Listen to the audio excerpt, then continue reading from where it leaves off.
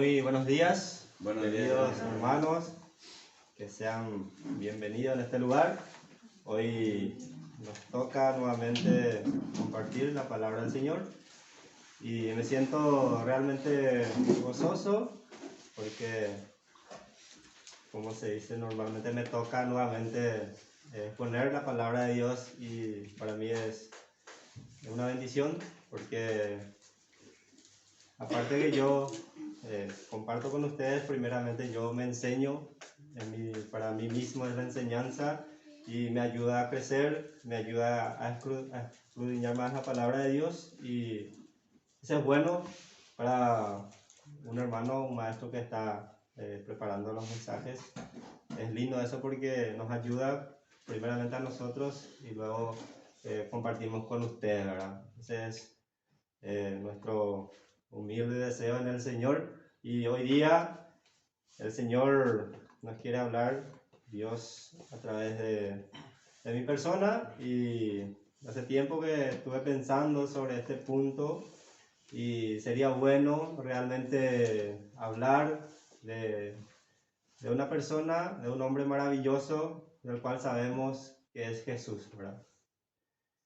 Un niño que ha nacido en Belén, que ha crecido y se ha hecho hombre y ha ocupado nuestro lugar. Imagínense, ¿verdad? Lo que nosotros merecíamos pasar, Él lo hizo por nosotros, diciendo yo soy, ¿verdad? Y vamos a estar hablando de la muerte vicaria de Cristo, Jesucristo, nuestro sustituto. Esta palabra, seguramente algunos que otros ya habrán escuchado, la palabra vicaria. ¿Nunca escuchado? Sí, los papas se consideran vicarios. Se consideran. Bueno, es un término legal, ¿verdad? Utilizado en la parte legal para cumplir una demanda de la ley, ¿verdad? Que Cristo cumplió la demanda de la ley de Dios por nosotros. Él fue nuestro sustituto. En otras palabras, es sustituto. ¿Se entiende? Entonces, nosotros debemos, ¿verdad?, de imaginarnos o debemos de entender bien de lo que Cristo hizo o lo que fue nuestro lugar, de lo que nosotros deberíamos de haber pasado. Él vino a ofrecerse en sí mismo, a cumplir la demanda perfecta de la ley que nosotros no íbamos a poder hacer. Entonces vamos a arrancar con nuestro estudio. Si quieren de repente interrumpirme, hacen la mano y vamos a estar compartiendo. ¿Está bien? Bien sabemos que en la caída de Adán y Eva provocó la exclusión de estos, de su futura descendencia, de las bendiciones del Edén y la presencia misma de Dios. Al transgredir el mandato divino y tomar de aquello que les era prohibido, Adán y su posteridad, que somos nosotros, contrajeron una deuda con su Creador. Al obedecer a la serpiente y unirse a la rebelión cósmica contra el gobierno divino, el hombre afrentó a su Creador, cuestionando su derecho a gobernar y difamando su carácter bondadoso, santo y justo. La ley divina exigía una reparación del daño. El daño ocasionado por el pecado de Adán debía ser reparado. El delito debía ser expiado y la deuda cancelada por el ofensor. Pero su pecado solo podría ser expiado sufriendo eternamente el castigo que acompaña la transgresión. Es la sentencia ahí en Génesis, encontramos eso, ¿verdad? En Génesis 2:17 pueden buscar cuando Dios le dijo a Adán y Eva, ¿verdad?, que del árbol del bien, del conocimiento del bien y del mal, dice textualmente, Mas el árbol de la ciencia del bien y del mal no comerás, porque el día que de él comieres, ciertamente morirás. Fue bien claro el Señor cuando dejó este mandato para Adán, y bien sabemos lo que pasó, ¿verdad? Entonces, ocurrido esto, ¿qué sentencia quedó? La última palabra que dice, ciertamente morirás. Muerte y condenación eterna, esto es lo que Dios tenía que haber requerido en estricta justicia. Sin embargo, actuando bajo el impulso de su amor, Dios decidió mostrar compasión hacia el hombre, desviando su ira y cubriendo temporalmente la desnudez y el pecado de Adán y Eva. El derramamiento de la sangre de una víctima inocente marcó el sendero que nos llevaría a la solución definitiva al problema del pecado. Génesis 3:21. Ahí vemos cuando Dios, imagínense, ¿verdad? Esta palabra maravillosa, impulsado por su amor. ¿Qué fue lo que hizo Dios, verdad? ¿Alguien me puede leer? Génesis 3:21. Hermano. Amén. Y Jehová Dios hizo al hombre y a su mujer túnica de pieles y los vistió. Amén. Simbolizaba, ¿verdad?, de lo que Dios iba a hacer cubriendo, ¿verdad?, la desnudez, que es el pecado del hombre, con lo que habla acá la túnica, ¿verdad?, para cubrirle su desnudez físico. Nosotros entendemos, ¿verdad?, que se estaba refiriendo ya del pecado que ellos cometieron. Se sintieron desnudos porque descubrieron realmente que hicieron mal, ¿verdad? Entonces, el Señor, Dios, creador de todos nosotros, tiene un impulso de justicia y además de amor. El derramamiento de la sangre de una víctima inocente marcó el sendero que nos llevaría a la solución definitiva del problema del pecado. Lo que leímos Génesis 3:21, Dios prometió enviar un Salvador, un agente vicario que tomará el lugar del hombre y expiará el pecado, alcanzando la redención eterna para el hombre. Dicha expiación divina implicaría un doloroso sacrificio, incluso la muerte, Génesis 3:15, y Dios mismo, en la persona de su Hijo, asumiría el pago de la deuda contraria por el hombre. Y vemos la referencia también, sabemos, en Apocalipsis 5:6 y 13:8. ¿Qué dice Génesis 3:15? Para no salir todavía del principio de todas las cosas.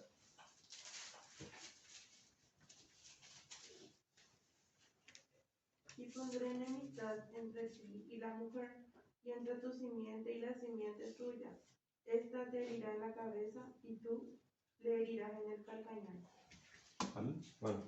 Simiente significa semilla y calcañal talón. Amén. Valga la aclaración. Gracias, hermano. Entonces, ahí vemos, ¿verdad?, el principio del problema del hombre, ¿verdad? Todos nosotros. Y también vemos la justicia de Dios y también vemos el amor de Dios. Dos cosas que indefectiblemente Dios, en su justicia y en su amor, iba a preparar, o preparó, ¿verdad?, que ya sabemos, un rescate para todos nosotros, que iba a preparar un Salvador. ¿Por qué? Porque él bien sabía, así como Adán y Eva, que el hombre de por sí solo no podría hacer no podría cumplir los requerimientos de la ley, que era, que bien sabemos, que la paga del pecado es muerte, ¿verdad? Entonces, o un sacrificio justo. Y acá va justamente la pregunta que le hice al principio, ¿verdad? ¿Por qué una expiación vicaria, ¿verdad? Esta palabra, ¿por qué una expiación sustituto? Hermano. Sí, antes de pasar a eso, hermano, quería concordar también con el estudio, ¿verdad? Que el hombre cuando pecaron, ¿verdad? Ellos quisieron hacer su propia justicia para alcanzar la salvación. Para el daño. Encontramos ahí en 3:6, pueden leer.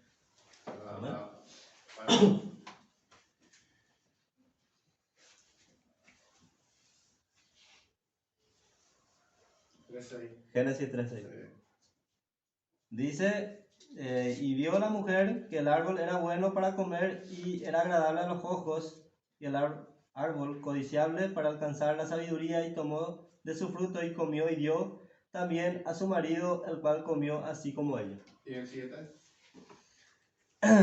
Entonces fueron abiertos los ojos de ambos y conocieron que estaban desnudos. Entonces cosieron hojas de higuera y hicieron delantales. Ellos se quisieron cubrir su desnudez, o sea que con sus propias fuerzas ellos quisieron tapar su desnudez, o sea que la vergüenza del pecado, ¿verdad? Y eso justamente es lo que encontramos que leíamos, que después cambió eso Dios, Él mismo proveyó, ¿viste? Y Él es de animales para cubrir. Era el prototipo de Cristo, que la enseñanza que tú quieres llegar seguramente, ¿verdad? Amén. Vamos avanzando. La pregunta que les hice, ¿verdad? Y vamos a estar desarrollando. Dice, la muerte de Cristo fue un sacrificio vicario. La palabra vicario significa sustituto, lo que le estaba aclarando. Por lo tanto, Cristo fue nuestro sustituto en el sentido de que Él tomó nuestro lugar y sufrió nuestro castigo. Su muerte sustitutiva también fue un acto legal por el cual Cristo cumplió la ley y legalmente pagó la pena del pecado. El Antiguo Testamento abunda en ejemplos de sacrificios vicarios o sustitutivos. Bien sabemos, ¿verdad? Uno de los ejemplos bien claros que tenemos es justamente lo que la otra vez estamos compartiendo, y venía el caso, ¿verdad? De lo que yo estaba pensando. El hermano Arturo le estaba compartiendo con la hermanita nueva, que ciertamente hoy no está, ¿verdad? Por motivos de trabajo, del Génesis 22:13, ¿verdad? Cuando Abraham, Dios le pidió para que sacrificase a su hijo, ¿verdad? Y ahí vemos nosotros, ¿verdad?, cómo el Señor puede hacernos tocar fondo, por así decirlo. Y también vemos cómo el Señor provee, cómo el Señor, en su impulso amoroso, por así decirlo, provee y nos proveyó un sustituto para que sufriese y muriese por nosotros en la cruz, ¿verdad? Y si alguien tiene para compartir, podemos escuchar la lectura, la palabra de Dios de Génesis 22:13. Amén. Entonces alzó Abraham sus ojos y miró, y he aquí a sus espaldas un carnero trabado en un zarzal por sus cuernos. Y fue Abraham y tomó el carnero, y le ofreció en holocausto en lugar de su hijo. Amén. ¿El otro versículo? Siguiente. Y llamó Abraham el nombre de aquel lugar, Jehová proveerá. Por tanto se dice hoy, en el monte de Jehová será provisto. Amén. Qué lindo, ¿verdad? Adentrarnos y meditar bien sobre este punto, ¿verdad? De cuando, imagínense, Abraham, cuánto tiempo clamó y cuánto tiempo era la promesa del Señor para proveerle un hijo, ¿verdad? Y ya un tiempo que Dios mismo otra vez le pida que sacrifique ese hijo, ¿verdad? Me imagino, ¿verdad?, en la mente de Abraham, que hombre, ¿qué es lo que quiere, verdad? Tal vez nosotros pensamos muchas veces eso, ¿verdad? Dios nos trae por así decirlo, en un camino correcto y de repente nos pasa algo y decimos, Dios, ¿qué es lo que quiere, verdad?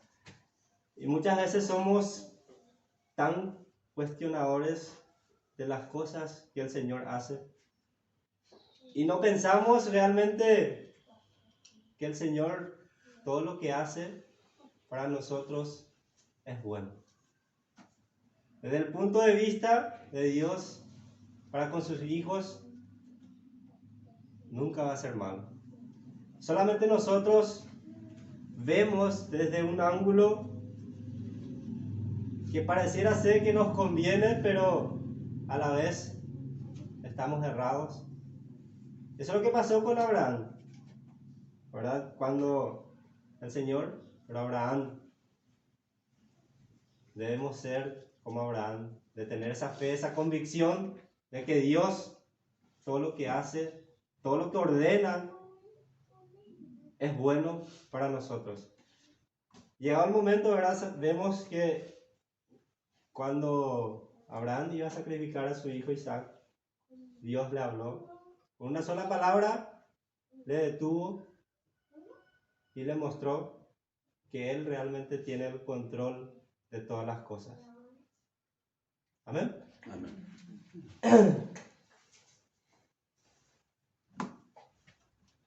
Y sin embargo, el sufrimiento que Él padeció es el que a nosotros nos correspondía. Nuestras penas eran los que lo agobiaron, y nosotros pensábamos que sus tribulaciones eran castigo de Dios, pero sus propios pecados. Pero Él fue herido y maltratado por los pecados nuestros. Se le castigó para que nosotros tuviéramos paz. Lo azotaron y nosotros fuimos sanados por su sufrimiento. Encontramos eso en Isaías 53, también un texto bien conocido, donde habla justamente de la persona de Jesucristo. Isaías ya profetizó, ¿verdad?, de que Él iba a ser maltratado, azotado por nuestras culpas, por nuestras rebeliones, por nuestros pecados. Y nosotros muchas veces, hermanos, pasamos por alto este sacrificio, este paso de obediencia que nuestro Salvador hizo por nosotros en aquel tiempo, en la cruz. Y muchas veces nos sentimos como si fuéramos malagradecidos, por así llamarnos, y no llevamos en cuenta de lo cuán grandioso, de lo cuán doloroso habrá sido para nuestro Salvador Jesucristo, porque Él era 100% hombre, y nosotros muchas veces un pequeño dolor de cabeza nos tira en la cama y no pensamos que Cristo, que Dios mismo, porque era su Hijo, su sangre que corría por las venas de nuestro Salvador, pasó momentos tan dolorosos por amor a nosotros, por redimirnos, por salvarnos. De acuerdo con el profeta Isaías, Jesús soportó nuestras penas, fue azotado por Dios y llevó en sí mismo el castigo que nosotros merecíamos, lo que a nosotros nos correspondía pagar por nuestra pecaminosidad, es lo que cayó sobre Cristo. Él fue nuestro sustituto ante Dios. El Nuevo Testamento nos muestra el cumplimiento pleno de dicha profecía a través de Jesús. Los escritores del Nuevo Testamento enseñan con claridad la naturaleza vicaria de la expiación. Así, por ejemplo, encontramos en 2 Corintios 5:21, si alguien me puede ayudar.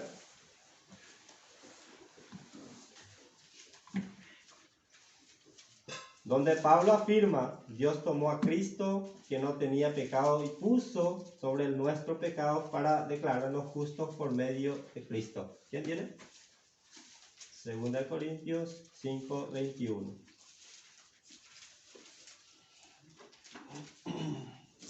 y al que no conoció pecado, por nosotros lo hizo pecado, para que nosotros fuésemos hechos justicia de Dios en él. Amén. Imagínense, un hombre sin mancha, un hombre que realmente era intachable, pero ese es lo que demandaba la ley de lo que estamos hablando, de la expiación perfecta, porque nosotros los sacrificios que hacían, ciertamente conocemos los antiguos. El Antiguo Testamento era nada más para cubrir los pecados que ellos hacían. Y cuando Cristo, pero todo apuntaba a Cristo, cuando Cristo murió, venció a la muerte, resucitó y cumplió con la cabalidad la exigencia de la ley, que debía ser un sacrificio perfecto. Entonces, a través de la fe, por aquel hombre, nosotros tenemos la salvación, tenemos paz para con Dios. Eso es lo maravilloso del Evangelio de Dios. Vamos a continuar. En Romanos 4:25 también se nos dice: Él murió por nuestros pecados y resucitó para poder presentarnos justos ante Dios. Claramente Jesús fue muerto en sustitución nuestra. Él fue hecho pecado en nuestro nombre, así como el carnero enredado en los arbustos fue ofrecido como un sustituto por Isaac. Cristo fue ofrecido en sustitución nuestra. Es por eso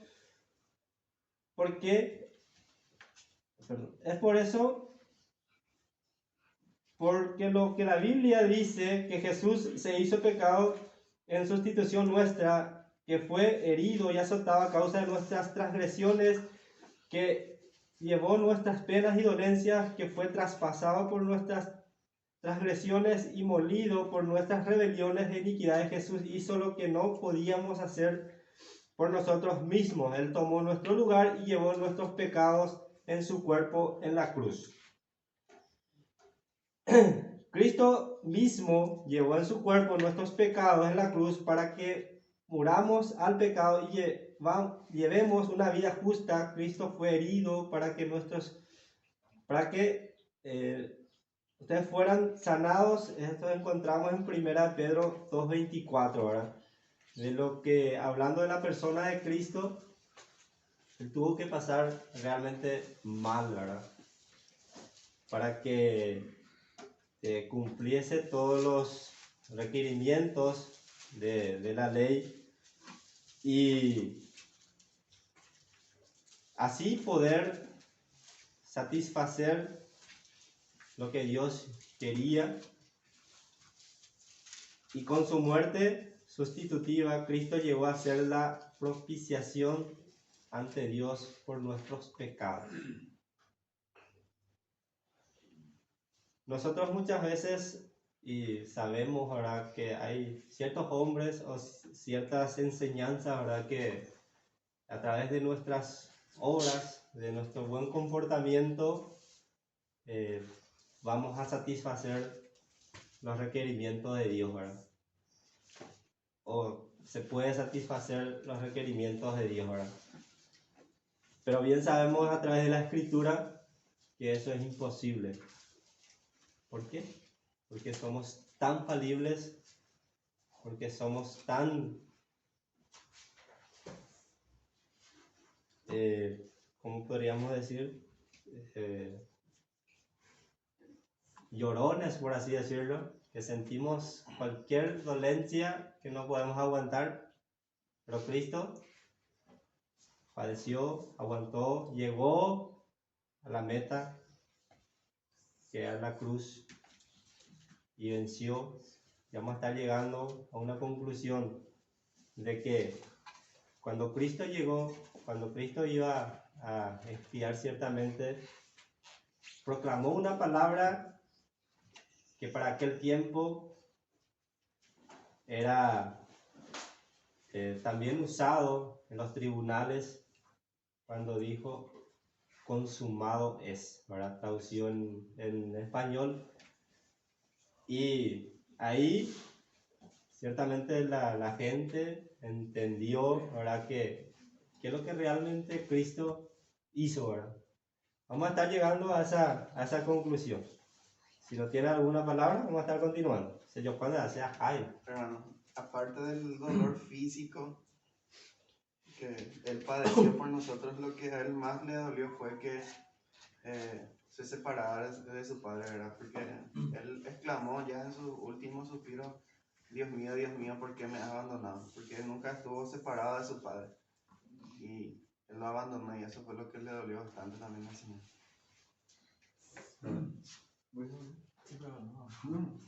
En la costumbre judía, cuando se completaba un trato o se pagaba una deuda, la palabra que ellos usaban era tetelestai, que es lo que vos estabas haciendo referencia, de consumado es, o sea, que está saldado, cancelado es la palabra.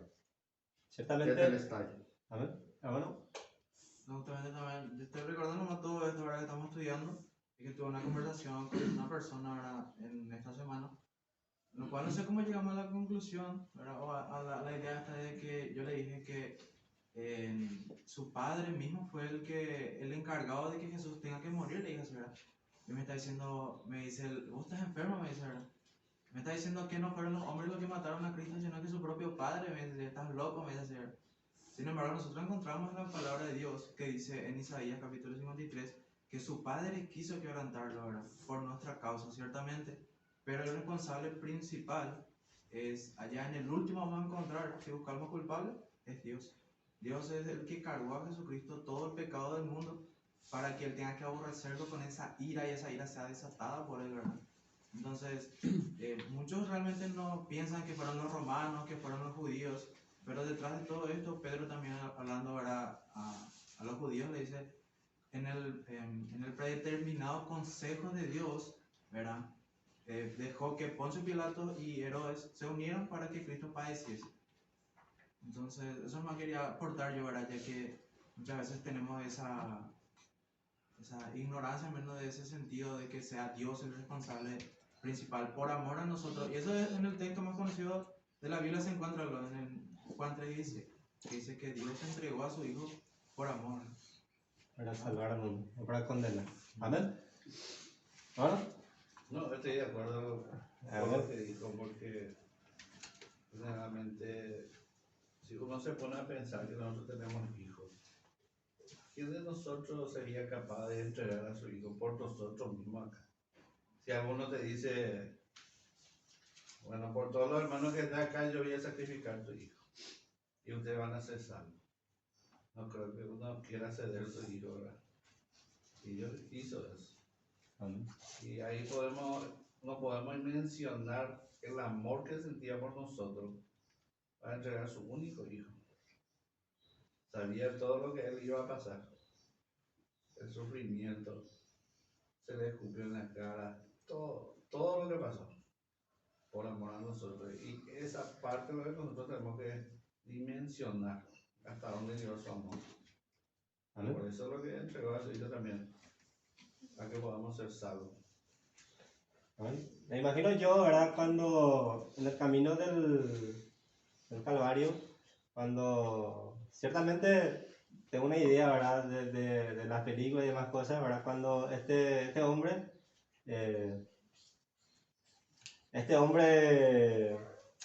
cuando iba a ayudarle, ¿verdad? O sea, le pidieron para que le ayude a Jesús a llevar la cruz.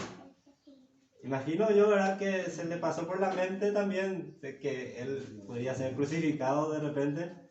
Y lo que Cristo, o sea, de lo que era morir en la cruz aquel tiempo, ¿verdad? Era maldito, ¿verdad? Entonces, nadie quería pasar a eso de lo que Cristo iba a pasar, ¿verdad?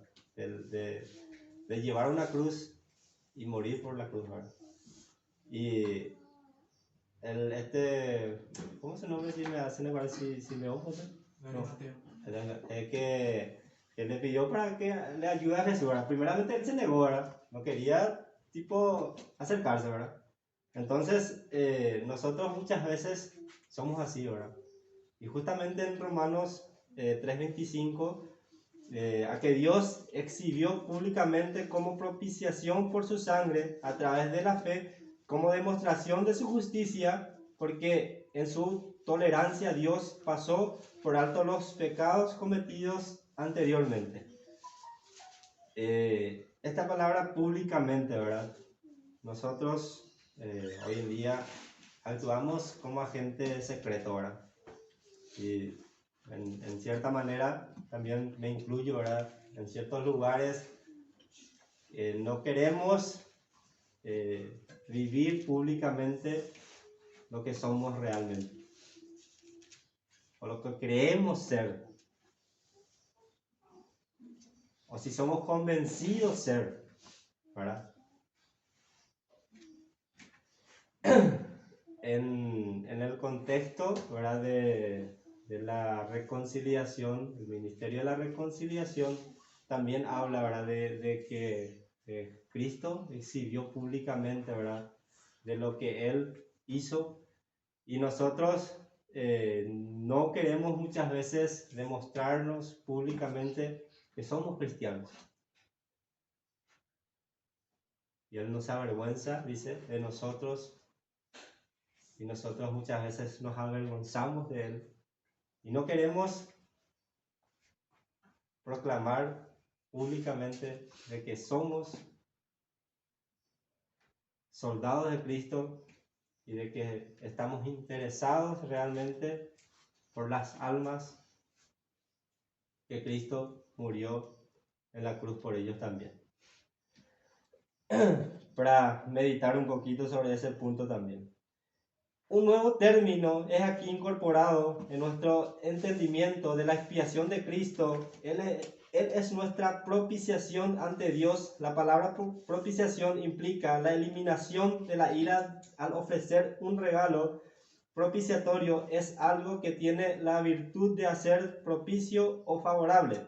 En este caso, ante la divinidad, una víctima propiciatoria es la víctima de un sacrificio efectuado con fines propiciatorios. Cristo cumplió tal propósito. Solo un sacrificio ofrecido como propiciación trataría adecuadamente con la ira de Dios, y la ira de Dios se debe a los requisitos legales de castigar al pecador, puesto que el pecador ha violado la ley de Dios. La legalidad del castigo es incuestionable, y dado que Jesús es nuestra propiciación, Él absorbe en sí mismo la ira legítima de Dios.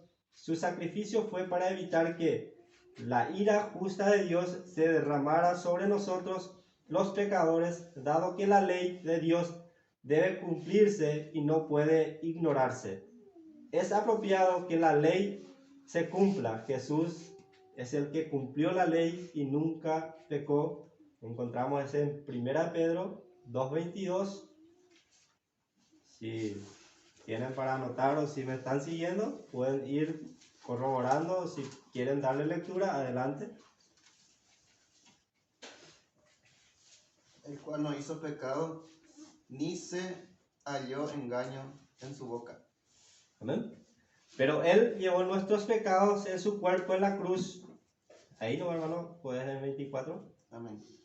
Quien llevó el mismo nuestros pecados en su cuerpo sobre el madero, para que nosotros, estando muertos a los pecados, vivamos a la justicia, y por cuya herida fuisteis sanados. Amén. Y se convirtió en pecado en nuestro nombre, 2 Corintios 5:21. Sufriendo así la pena del pecado, que es la muerte.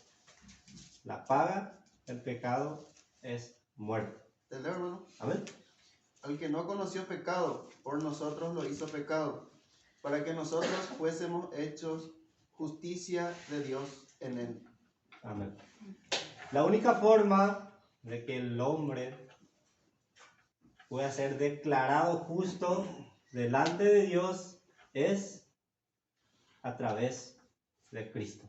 no hay otro nombre dado a los hombres bajo el cielo en que podamos ser salvos, Jesucristo. Amén. Entonces debemos de entender bien y dejar bien en claro y explicar a las personas que solamente Cristo, como dice la canción, solamente Cristo, la salvación está en él.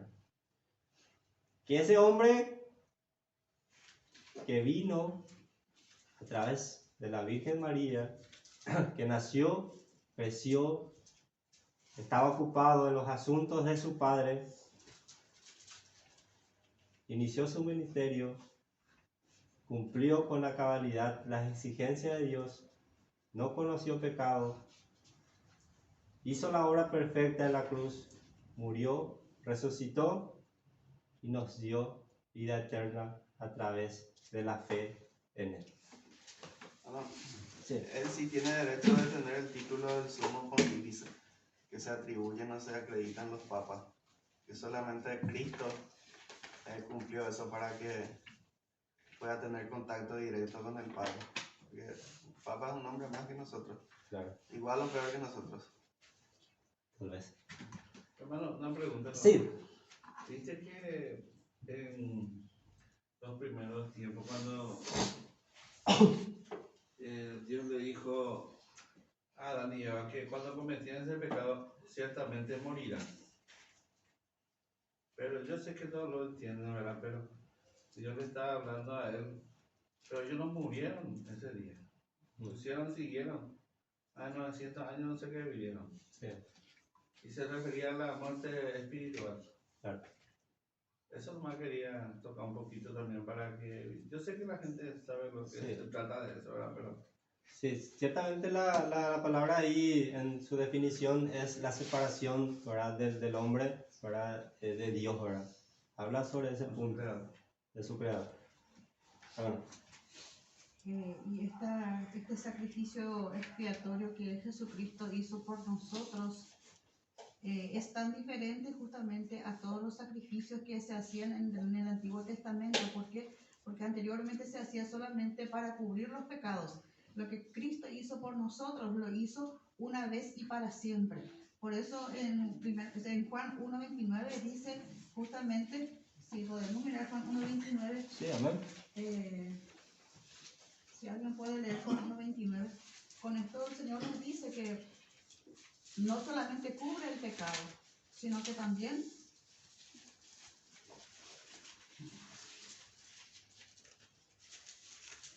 El siguiente día Sí, vio perfecto. Juan a Jesús que venía a él y dijo: He aquí el Cordero de Dios que quita el pecado del mundo. la palabra Amén. quita es sustancial, porque no es que solamente cubre, sino que quitó, Él llevó todos nuestros pecados Una sobre vez sus y para espaldas. siempre. Y de una vez para siempre. En Hebreos 7, 27 menciona eso, y seguidamente también en Hebreos 9, por lo menos ese 7:27 lo que dice justamente de que Jesús lo hizo esto de una vez y para siempre. O sea que nosotros ya no podemos ni tenemos que intentar siquiera hacer algún sacrificio que pueda reemplazar lo que el Señor Jesucristo ya hizo una vez por nosotros. Para siempre lo hizo. No Amén. se puede. Ya No no. hay forma. No, entonces realmente no creíste en el sacrificio Sí, hay que expiatorio de intentarlo Cristo. otra vez. Amén, gracias por la aportación, hermana. Ciertamente ahora vamos a entrar en la parte otra vez del carácter legal de la expiación sustitutiva, ¿verdad? Me podrán decir, estamos en clase de derecho, ¿verdad? Pero es importante, ¿por qué? Porque esto comenzó de una ley, ¿verdad? Y sabemos bien que la ley se habla de leyes y es un ámbito legal, ¿verdad? Y todo eso acarreó justamente de lo que Cristo hizo, ¿verdad? Entonces es importante abarcar ese punto también. ¿Ya por ahí te ya? Ahí como y te iba.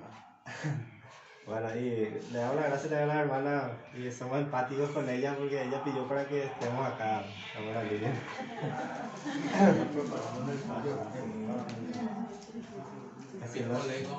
Así no se me ha curado, ¿eh? Gracias, hermano. Te debo. Por la sugerencia. Además de ser vicaria, la expiación de Cristo posee un carácter legal. La legalidad trata con la ley. El pecado es violar la ley de Dios. Cuando se viola una ley, se incurre a un castigo.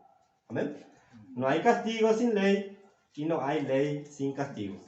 Cuando una persona es sentenciada a un determinado tiempo en prisión, esto se hace una base en los requisitos de la ley. Lo mismo ocurre con la ley de Dios. Sin embargo, la sentencia requerida sobre alguien que infringe la ley de Dios es la muerte, tanto física como espiritual. En la epístola a los romanos, Pablo aborda este asunto. En Romanos 1, 29 al 32 nos habla, si me pueden seguir, voy a estar leyendo Romanos 1, 29, 32. Voy a estar leyendo una traducción de NTV. Romanos 1, 29, 32.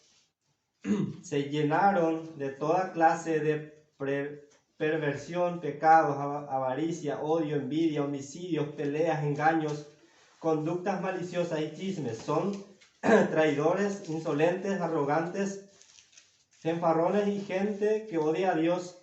Inventan nuevas formas de pecar y desobedecen a sus padres. No quieren entrar en razón, no cumplen lo que prometen, son crueles y no tienen compasión. Saben bien que la justicia de Dios exige que los que hacen esas cosas merecen morir, pero ellos igual las hacen. Peor aún, incitan a otros a que también lo hagan. Es una traducción más castellana de lo que tienen ustedes en la Reina Valera.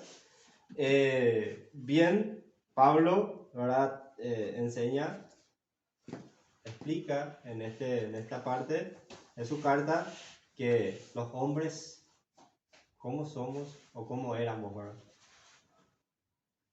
Y peor aún, como dice la última parte, incitamos a otros que lo hagan. Esa es la esencia que tenemos de la naturaleza pecaminosa, ¿verdad? Entonces, ese es lo que nosotros lo que hicimos morir en Cristo Jesús, ¿verdad?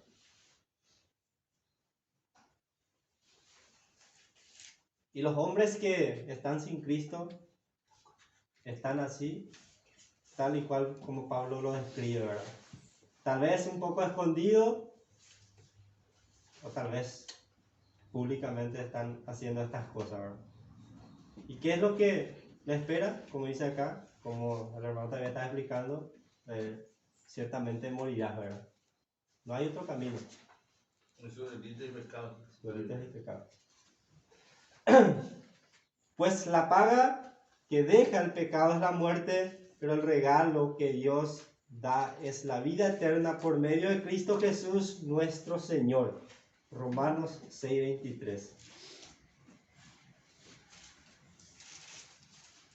Por cuanto todos pecaron y están destituidos de la gloria de Dios.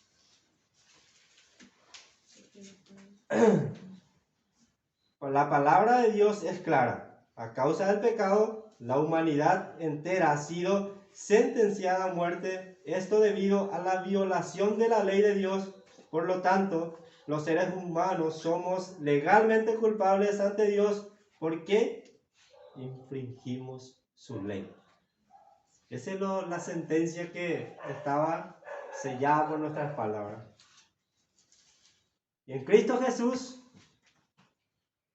Él saldó nuestras deudas con Dios, nos dio, nos rescató, nos redimió y lo más maravilloso, nos dio la vida eterna, la unión eterna otra vez con nuestro Creador Dios. Amén. es así porque todos hemos pecado y no tenemos derecho a gozar de la gloria de Dios. La sentencia es clara y debe cumplirse para satisfacer las demandas de la justicia. Es ahí donde Cristo entra en escena nuevamente, lo que le estaba explicando. Que sin Cristo nosotros estábamos todos cocinados en una misma olla, ¿verdad? Directo al infierno. Como la otra vez estaba escuchando una prédica que muchos de nosotros o muchas de las personas o muchos de los predicadores evitan hablar del infierno porque muchos consideran que es un lugar de tormento temporal y que podía ser acá en la tierra misma, ¿verdad? Pero nosotros encontramos en la Biblia que va a ser un lugar literal, un lugar eterno, ¿verdad? Donde van a pasar los que no están en Cristo Jesús. El pago de la deuda satisfació la justicia de Dios. Mientras Jesús colgaba del madero, una de sus frases fue, lo que estábamos adelantando con el hermano, consumado es, Juan 19:30.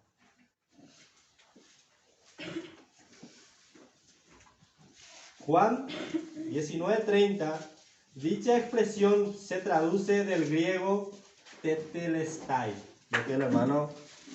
Me adelanté, disculpame, hermano. No, espectacular, hermano. Gracias. Siempre oportuno. Los comentarios adecuados al tema.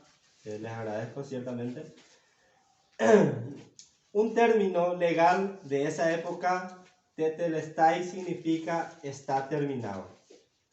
Todo está cumplido, también, otra definición. Todo ha terminado. Y más específicamente, pagado en su totalidad. De hecho, al estudiar los papiros antiguos correspondientes a la época neotestamentaria, se puede constatar que aquellos papiros que contenían recibos de impuestos ya cancelados llevaba escrita la palabra tetelestai. Entonces ellos sabían bien de lo que Cristo se estaba refiriendo ahora. Porque ellos pasaban y todo lo que Jesús estaba haciendo, ellos seguían. Otros creyendo, otros no, otros por curiosos. Pero cuando llegó el momento, ¿verdad?, de que Cristo estaba terminando su trabajo, pronunció esta palabra, ¿verdad? Y me imagino yo, ¿verdad?, de lo que estaba ahí presente, o lo que estaban siguiendo de cerca, habrá entendido perfectamente de lo que Cristo se estaba refiriendo, porque Él estaba dando seguimiento a su ministerio, a su trabajo aquí en la tierra. Esto indicaba que la deuda había sido pagada en su totalidad. Es por tal motivo que esta palabra en los labios de Jesús resulta significativa. Cuando dijo consumado es, quiso decir que su obra redentora había sido completada. La paga que exigía la justicia divina en compensación por el pecado humano había sido pagada en su totalidad. Pero nuestro sumo sacerdote se ofreció a sí mismo a Dios como un solo sacrificio por los pecados, válido para siempre. Luego se sentó en el lugar de honor a la derecha de Dios. Allí espera hasta que sus enemigos sean humillados y puestos por debajo de sus pies, pues mediante esa única ofrenda Él perfeccionó para siempre a los que están haciendo santos. Encontramos eso en Hebreos 10, 12 al 14. Esa parte de la obra final de Cristo, de su ascensión a la diestra de Dios, esperando, ¿verdad?, a que todo se complete, ¿verdad?, de lo que Él empezó. ¿Hermano? Sí, Cristo al morir en la cruz completó la primera parte de su trabajo. Cuando dice la palabra que Él ascendió a la diestra de Dios Padre, eso no significa que Él se pueda descansar ahí. ¿En qué método hoy en día está trabajando Él? ¿En qué forma está trabajando hoy en día en la evangelización, del trabajo, en el sufrimiento a través de los cristianos? A través del Espíritu Santo, Él sigue trabajando todavía, obrando todavía el trabajo que Él comenzó. Y como abogado defensor, Claro. también. Pero eso va a terminar. Esa es la segunda parte de su ministerio, fue ya a través del Espíritu Santo, no como persona altiva.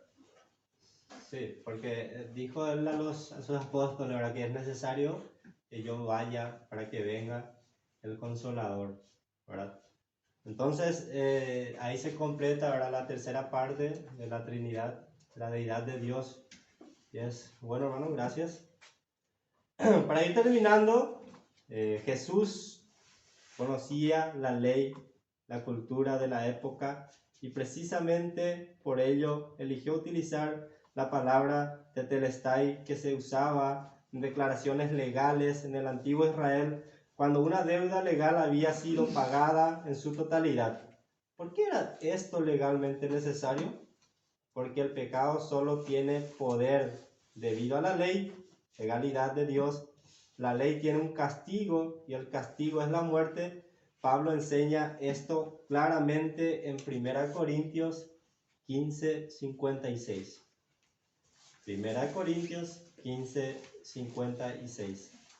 En efecto, el pecado, que es el aguijón de la muerte, ya no existirá, y la ley que le da poder al pecado dejará de juzgarnos. Si alguien tiene 1 Corintios 15:56.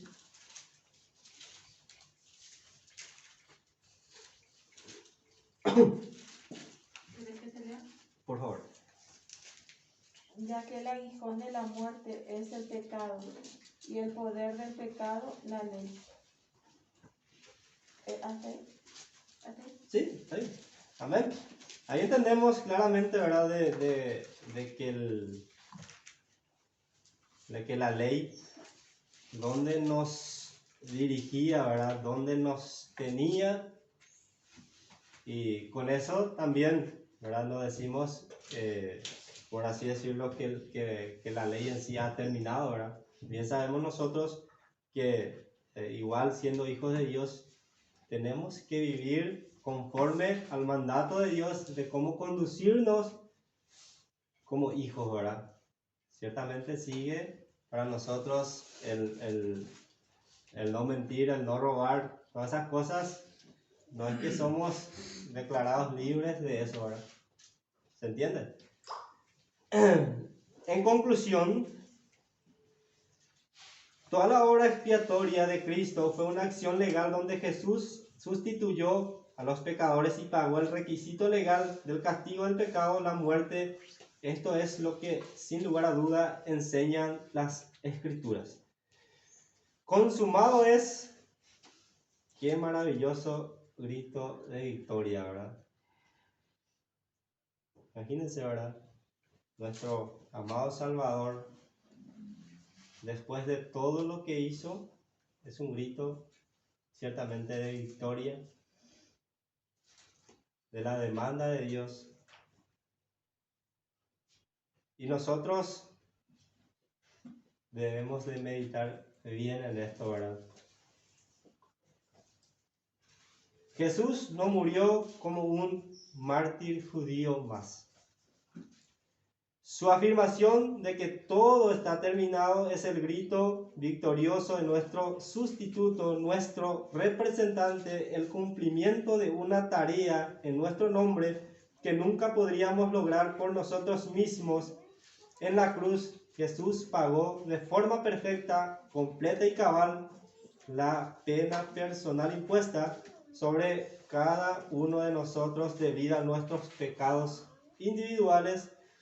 En la cruz, Cristo sufrió por el hombre, murió como el representante legal del hombre, por el hombre y en el lugar del hombre, obteniendo para el hombre redención eterna después de haber dado su vida en rescate por muchos. ¿Entendemos eso?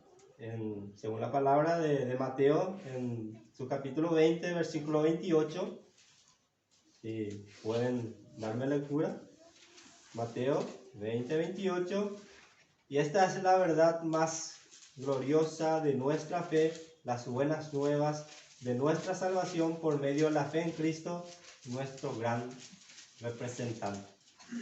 ¿Quién tiene Mateo 20, 28? Como el Hijo del Hombre no vino para ser servido, sino para servir y para dar su vida en rescate por muchos. Amén. Muchas veces, hermanos, nosotros nos cuesta tanto servir a nuestros hermanos mismos y a otras personas, ¿verdad? Y siempre escucho, ¿verdad? A una hermana en especial mencionar eso, ¿verdad? Que es bueno servir que ser servido, ¿verdad? Y realmente debemos de aprender de Cristo, ¿verdad? Aprender de nuestro Salvador, de nuestro sustituto, de nuestro representante. Todos los calificativos que le podemos dar a nuestro Salvador y aprender de Él, como Él mismo enseña también que aprendamos de Él, que seamos manso y humilde de corazón. Es la única forma que Cristo va a obrar, el Espíritu Santo va a obrar por medio de nosotros y va a obrar en nuestros corazones y vamos a ser, por así llamarnos, dignos de la salvación que tenemos ahora. Sería lindo alcanzar la vida que llevaba Cristo. Ciertamente es difícil, bien sabemos eso, pero si nosotros ponemos de nuestra parte, como dice en el texto del estudio del hermano Sergio del domingo pasado, una parte que recuerdo, creo que en Tesalónica, que no apaguéis el espíritu, dice Pablo, ¿verdad? Orad sin cesar. Es la única forma que vamos a estar dando, por así decirlo, retribuyendo ese sacrificio, ese amor que Dios tiene para cada uno de nosotros, en salvarnos, en rescatarnos de la condenación eterna.